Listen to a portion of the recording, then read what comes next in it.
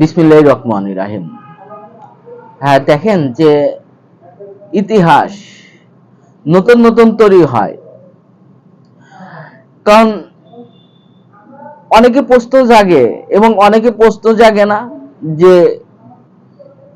স্বৈরাচারী এবং ফ্যাসিস্ট আওয়ামী লীগ প্রধানমন্ত্রী শেখ হাসিনাকে অন্যান্য দেশ ব্যতীত ভারতে কেন পাঠা দেওয়া হলো?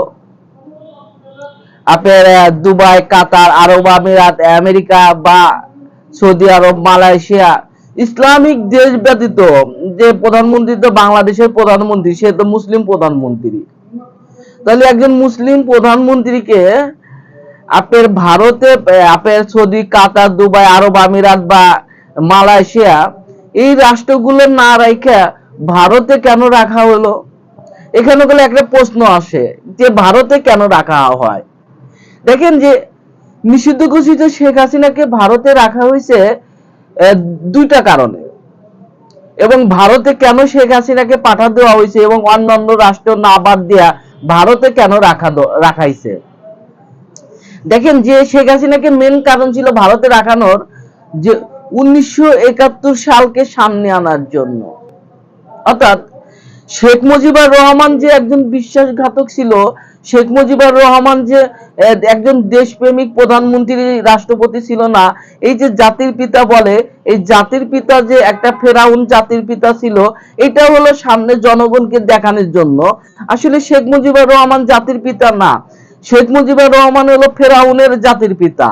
শেখ মুজিবুর রহমান কেন আপনার জাতির পিতা না, ফেরাউনের জাতির পিতা, এইটা জনগণ বোঝার জন্য, সাধারণ জনগণকে বোঝার জন্য, যে সাধারণ জনগণ এখন নিজেরাই উপলব্ধি করতে পারবে শেখ হাসিনা এবং শেখ মুজিবুর রহমান এই যে বাংলাদেশকে নিজের স্বার্থের জন্য কিভাবে বিক্রি করতে পারে।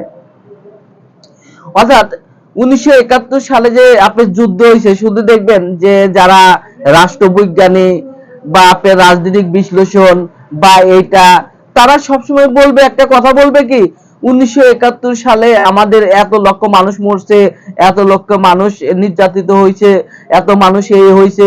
দেখবেন যে শুধু এইটুকুর মধ্যে সীমাবদ্ধ থাকবে, 1971 সাল পর্যন্ত সীমাবদ্ধ। অর্থাৎ 1947 সালের উপরে পরে আর যাবে না। 1947 সালে কি হয়েছিল, 52 ভাষা আন্দোলনে কি হয়েছিল, এইসব বিষয়গুলো আমাদের রাষ্ট্রবিজ্ঞানী আমাদের শেখায় না। আমাদের যে এই যে রাজনীতি প্রফেসর আছে ঢাকা বিশ্ববিদ্যালয় বা জগন্নাথ বিশ্ববিদ্যালয় বা যারা রাষ্ট্রবিজ্ঞানী আছে বা যারা বাংলাদেশের মাতা, তারা কখনোই এই 1971 আগে কি হয়েছে এই কারণে আমাদের জানায় না। শুধু জানাবে দেখবেন 1971 আমাদের মা বোনকে ধর্ষণ করছে, হত্যা করছে, যা সেইটুকুই।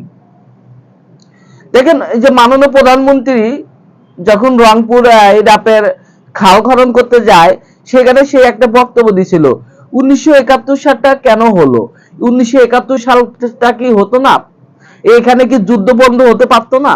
দেখেন মাননীয় প্রধানমন্ত্রী এই প্রশ্ন করছে, কারণ মাননীয় প্রধানমন্ত্রী তারেক রহমান কেন বলছে যে 1971 সালে নাও হতে পারতো, শান্তি প্রতিষ্ঠা তো হতে পারতো।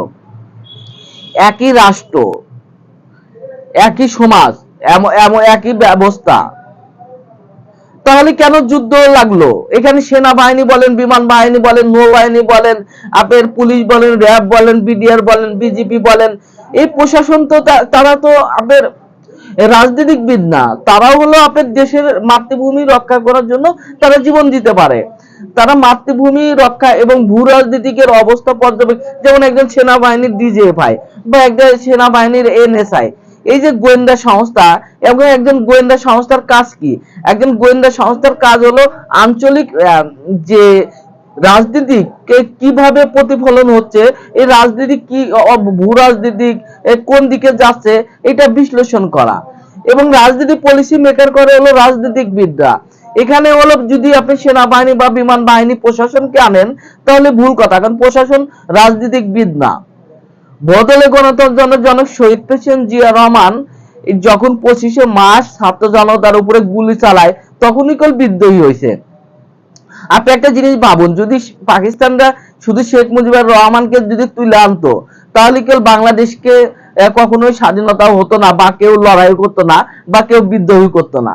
বিদ্রোহীটা করা হয়েছে শহীদ প্রেসিডেন্ট জিয়া রহমান যখন সাধারণ মানুষকে গুলি করে হত্যা করছে, এবং যখন ঢাকা বিশ্ববিদ্যালয় আপনার থেকে শুরু করে তেজগাঁ বা পল্টন অনেক জায়গায় গোলাগুলি হয়েছে এবং অনেক প্রায় 300 মানুষ মারা যায় এক রাতেই। কিন্তু 1971 সালের আগে আপনি একটা জিনিস দেখুন যে আপনার উপমহাদেশের আপনি যদি অবস্থানগুলো যদি দেখেন, বাংলাদেশের অবস্থান কি, বাংলাদেশের ডান এবং বাম, পশ্চিম, উত্তর, দক্ষিণ, এই পশ্চিম, উত্তর, দক্ষিণে কি অবস্থা দেখেন। দেখুন দক্ষিণে আপনার বঙ্গোপসাগর, বা উত্তরে এই আপনার পূর্বে যদি দেখেন যে আপনার পূর্বের উত্তরে একটু কোনাতে দেখেন মায়ানমার, তার কোনাতে গেলে হলো নেপাল, আবার তার বাম পাশে গেলে হলো ভুটান, এবং বাংলাদেশের চারিপিলে হলো আপনার এটা ভারত, এবং বাংলাদেশের দক্ষিণে যেমন আপনার বরিশাল আছে, এই বরিশালের থেকে এই যে নদী কেন্দ্রিক, এই নদীতে গেছে এশিয়া এবং প্রশান্ত এশিয়ার এই আপনার ভিতরে, যেটা ইউরোপ কান্ট্রি, চীন, রাশিয়া, এই দুবাই বা ইসলামিক দেশগুলো সব জায়গায় পৌঁছাইছে। ভারতের বাংলাদেশ যেমন ভাঙতে যে কাজগুলো করছে, আপনি যদি দেখেন যে বর্তমানে যে বেলুচিস্তান দেখেন পাকিস্তানের, বা এই রাজ্যগুলো দেখেন যে ভারত কি পরিমাণ তাদের প্রক্সি বাহিনী ব্যবহার করে একটা রাষ্ট্রকে অশান্তি তৈরি করছে। আমরা পাকিস্তানি বাদই দিলাম, বাংলাদেশের ভিতরেই দেখেন যে ভারত কিভাবে গোয়েন্দা বৃত্তি করতেছে এবং বাংলাদেশকে অশান্তি তৈরি করতেছে। যেমন মিজোরাম, হায়দ্রাবাদ, আপনার এই কাশ্মীর, হায়দ্রাবাদ, মিজোরামকে যদি দেখেন যে ভারত এটা একটা অন্য রাজ্য ছিল, এই রাজ্যকে নিজেদের ভাবে নিয়ে নেয় এবং এক প্রকার জোর করে ওই রাষ্ট্রগুলোতে অশান্তি সৃষ্টি করে। ওই রাষ্ট্রগুলোতে কিভাবে অশান্তি করে, টোকাইদের দিয়া, সন্ত্রাসীদের দিয়া, অর্থের বিনিময়ে, নেশাগ্রস্ত দিয়া। আপনি একটা লক্ষ্য করেন, এশিয়া মহাদেশের মধ্যে সবচাইতে বেশি অপরাধ এবং মদ, গাঁজা, ইয়াবা সবচাইতে বেশি তৈরি হয় হলো ভারতে। এবং ভারতে আপনার বাংলাদেশে যে সীমান্ত ঘেঁষা রাজ্যগুলোতে আছে, এই রাজ্যগুলোতে যদি দেখেন যে ফেন্সিডেল এবং মদ তারা হলো বিক্রি করে, অর্থাৎ এই ফেন্সিডেল মদ খায় কারা, বাংলাদেশে।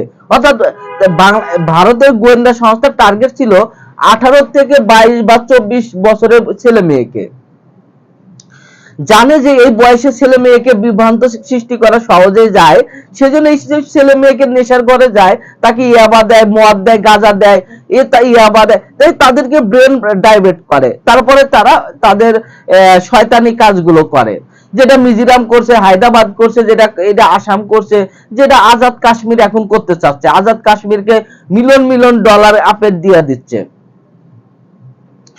শেখ হাসিনাকে কেন আপনার ভারতে পাঠা দেওয়া হলো, দেখেন যে 1971 সালে যে একটা রাষ্ট্র যে ভাগ হওয়া কতটা একটা রাষ্ট্রের জন্য ক্ষতি, এইটা দেখানোর জন্য। কারণ শেখ হাসিনাকে ভারত পাঠা দেওয়া হয়েছে যে পাকিস্তান একটা রাষ্ট্র ছিল, এই রাষ্ট্রকে যে কিভাবে ভাঙ্গা ফালাইছে এই শেখ হাসিনার শেখ মুজিব, এই শেখ মুজিব নিজের স্বার্থের জন্য, নিজের প্রধানমন্ত্রী হওয়ার জন্য সে তার হলো এই পাকিস্তানকে ভাঙছে,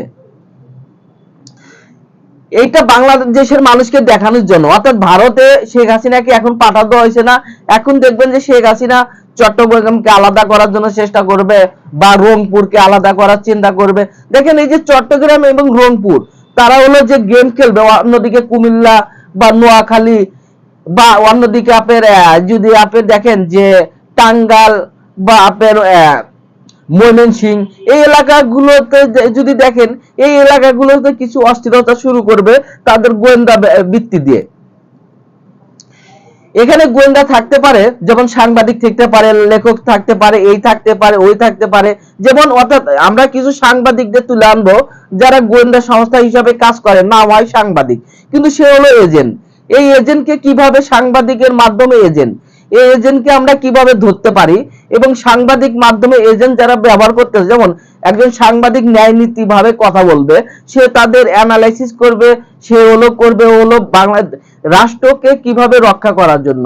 কিন্তু এই সাংবাদিক যখন রাষ্ট্রকে রক্ষা না করে সে নিজেরা ধনী হবে, তাদের শাস্তিমূলক এবং তাদের ভয়ঙ্কর অবস্থা তৈরি হবে, এটাই আমাদের কাম্য হতে পারে।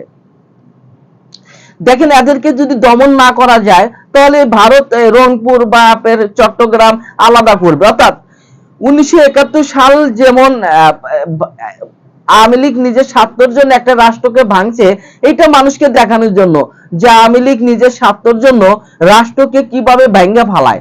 আওয়ামী লীগ নিজের স্বার্থের ক্ষমতার লোভের জন্য ভারতের হাতে একটা রাষ্ট্রকে কিভাবে তুলে দেয়, এইটা দেখানোর জন্যই শেখ হাসিনাকে ভারতে পাঠা দেওয়া হয়েছে।